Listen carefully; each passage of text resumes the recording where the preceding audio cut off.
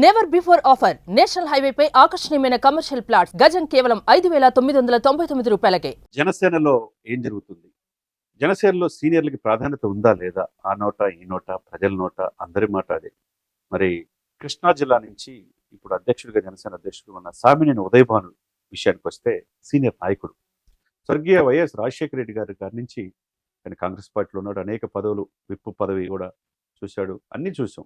అటువంటి వ్యక్తి చాలా కాలం అయింది పార్టీకి వచ్చి బాధ్యతలు తీసుకొని. మరి ఆయనకి పదానికి తగ్గట్టుగా కృష్ణా జిల్లాతో పాటు కోస్తా జిల్లాలో ఎందుకు అతనికి ఉండి కూడా కృష్ణా జిల్లా జనసేన ముందుకెళ్ళలేకపోతుంది, ఆయనకి సరైన ప్రాతినిధ్యం ఎందుకు ఇవ్వట్లేదు, ప్రాధాన్యత ఇవ్వట్లేదు అనేది ఒక వర్గం కోస్తాలో ఆరోపణ. అదే సమయంలో కొద్దిగా ముందుకెళ్తే కొత్తపల్లి సుబ్బరాయుడు లాంటి వాళ్ళు వచ్చారు. ఈస్ట్ వెస్ట్ గోదావరి జిల్లాలో అనేక మంది సీనియర్ నాయకులు కూడా వచ్చారు. సుబ్బరాయుడు గారు కాపు కార్పొరేషన్కి పరిమితం అయిపోయారు.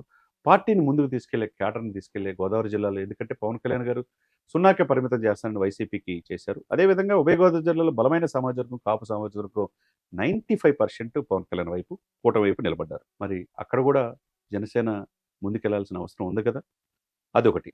ఇకపోతే రాయలసీమకు వచ్చేసరికి ఒంగోలు, నెల్లూరు వరకు ప్రభావం చూపించే బాలినేని శ్రీనివాసరెడ్డి ఈ పార్టీలో చేర్చుకున్నారు. మరి ఆయన దాదాపు 17 మంది కార్పొరేటర్లు, వైసీపీ కార్పొరేటర్లు తీసుకొచ్చి జనసేనలో చేర్చారు. అంటే వైసీపీ లేకుండానే చేశాడు.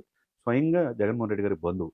అటువంటి బాలినేని శ్రీనివాసరెడ్డికి ఎందుకు ప్రాధాన్యత ఇవ్వలేకపోతున్నారు? అంటే ఆయనకు ప్రాధాన్యత ఇస్తే పార్టీ ప్రకాశంతో పాటు నెల్లూరు వరకు ఉపయోగం ఉంటుంది కదా, అది జరగట్లా.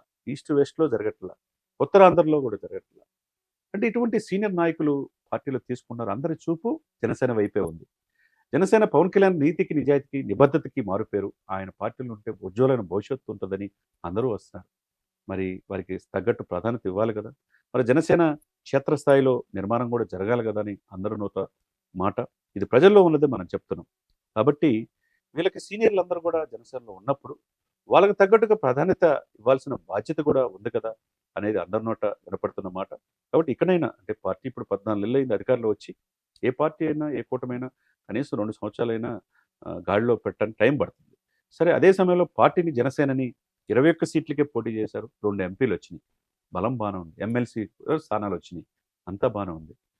మరి ఇంకా ముందుకెళ్ళాలంటే మరి రేపు భవిష్యత్తులో అన్ని స్థానాల్లో నియోజకవర్గాలు ఇన్ఛార్జీలు ఉండాలి, ప్రతి జిల్లాకి అధ్యక్షులు ఉండాలి, పెరిగిన జిల్లాలు కూడా ఉన్నాయి ఇప్పుడు, దానికి కూడా ఉండాలి. మహిళా విభాగాలు ఉండాలి, యూత్ విభాగాలు ఉండాలి, లీగల్ విభాగాలు ఉండాలి, ఇన్ని విభాగాలు ఉండాలి. ఇవన్నీ పవన్ కళ్యాణ్ గారికి తెలియదు అనుకోవటం పొరపాటు. ఆయనకు అన్నీ తెలుసు, ఆయన స్థితిప్రజ్ఞుడు, కాదంటలేదు. అదే సమయంలో క్షేత్రస్థాయిలో ఎందుకు అని అంటే టీడీపీ పురస్కరించట్లేదా?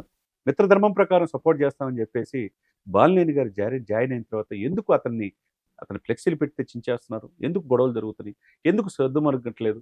మొన్న మార్కాపురంలో ఒక నీటి సంబంధించిన మంచినీరు పథకాన్ని ప్రారంభించే క్రమంలో పవన్ కళ్యాణ్ గారు క్లారిటీగా చెప్పారు, బాలినేని సీనియర్ నాయకుడు, ఆయన ఉపయోగించుకుంటాం పార్టీ. మరి ఎందుకు ఇన్నాళ్ళు కూడా ఉపయోగించుకోలేకపోతున్నారు? రియాజ్ లాంటి జనసేన కార్యకర్తకి ఒంగోలు డెవలప్మెంట్ కార్పొరేషన్కి ఒక పదవి ఇచ్చారు. అదే సమయంలో బాలినేని శ్రీనివాసరెడ్డి గారు పార్టీని కూడా కాదని, సొంత బంధువుని కూడా కాదని వచ్చి పవన్ కళ్యాణ్ గారైనా ఇదేని చెప్పినప్పుడు ఆయనకు ప్రాధాన్యత ఇవ్వాల్సిన బాధ్యత ఉంది కదా. మరి టీడీపీ ఎందుకు అడ్డు పెడుతుంది? మరి జనసేన ఏమి ఎక్కడ వాళ్ళ యొక్క నియోజకవర్గాల్లో ఇప్పుడు కొవ్వూరు ఉంది, 14 సొసైటీ నియామకాల్లో మొత్తం ఆల్మోస్ట్ 12 ఒకే సామాజిక తీసుకున్నారు. జనసేనకు ఒకటే ఇచ్చారు, అక్కడ నిరసన వ్యక్తం అవుతుంది. ఇకపోతే విజయనగరం రాజాం, అది కూడా ఇచ్చినట్టు ఇచ్చి మున్సిపల్ చైర్మన్ది మళ్ళీ టీడీపీ తీసేసుకుంది. ఇకపోతే గన్నవరం, అది కూడా ఇచ్చినట్టు ఇచ్చి జనసేనకి మళ్ళా తీసేసుకుంది. ఇలా తీసుకుంటా పోతే పదవికి, మిత్రధర్మంకి న్యాయం ఉందా అనేది ఒక రకంగా ప్రశ్నిస్తూ ఉంటే, 2 సీనియర్లకి న్యాయం జరుగుతుందా లేదా? ఇన్నాళ్ళుగా పార్టీకి వచ్చిన వాళ్ళకి ఎందుకు ముందుకు తీసుకెళ్ళలేకపోతున్నారు? దీన్ని ఎవరిది బాధ్యత? చంద్రబాబు నాయుడు గారు 15 సంవత్సరాలు ఆ పదవిలో ఉండాలని చెప్పి పవన్ కళ్యాణ్ గారు ఆకాంక్షిస్తున్నారు, మిత్రధర్మం పాటిస్తున్నారు. ఇది మిస్ఫైర్ కాకుండా చూసుకోమని కూడా చెప్తున్నాడు పవన్ కళ్యాణ్ గారు. అంటే కాబట్టి మిస్ఫైర్ కాకుండా చూసుకోవాల్సిన బాధ్యత ఎవరిది? టీడీపీది. ఎందుకంటే మిత్రధర్మం 2 చేతులు కలిస్తే క్లాప్స్ వచ్చినట్టుగా మీరు మిత్రధర్మం పాటించినప్పుడు ఈ కూటమి 15 సంవత్సరాలు ఉంటుంది. మిత్రధర్మం పాటించకపోతే ఎవరి కోళ్ళకి వెళ్ళిపోయినప్పుడు అవతల జగన్మోహన్ రెడ్డి గారికి అవకాశం ఇచ్చినట్టు ఉంటుంది. కాబట్టి జాగరూకతతో వ్యవహరించండి, ఆచితూచి నిర్ణయాలు తీసుకోండి, సీనియర్లకి ప్రాధాన్యత ఇవ్వండి అనేది అందరి నోట అదే మాట. కాబట్టి జనసేనలో ప్రక్షాళన కావాలి, క్షేత్రస్థాయిలో కష్టపడి జెండా మోసిన వాళ్ళకి ప్రాధాన్యత ఇవ్వాలనేది అందరి నోటి మాట. సుమన్ టీవీలో మీ పర్సనల్ అండ్ బిజినెస్ ప్రమోషన్స్ కోసం కింది నెంబర్కి కాంటాక్ట్ చేయండి.